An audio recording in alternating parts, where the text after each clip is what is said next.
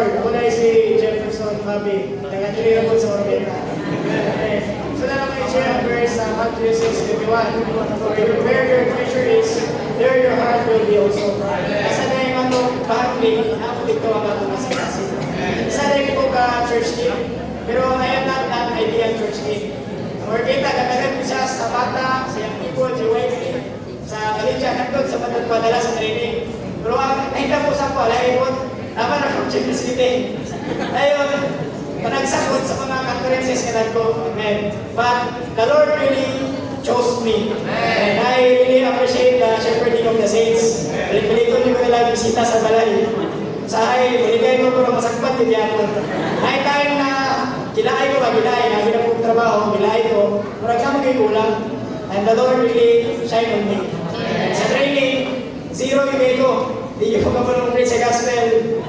Hindi ko kabalong sa nasa ikan ng mga locality. Ang birthday dito is door knocking sa Malabon. Tapos, di pa ko kabalong mo Tagalog na yun. Mawala ko ko.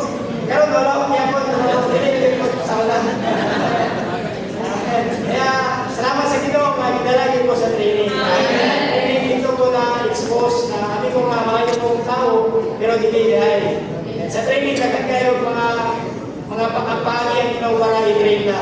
Kabalog ko lang Ginoo kung saan ako pag-train.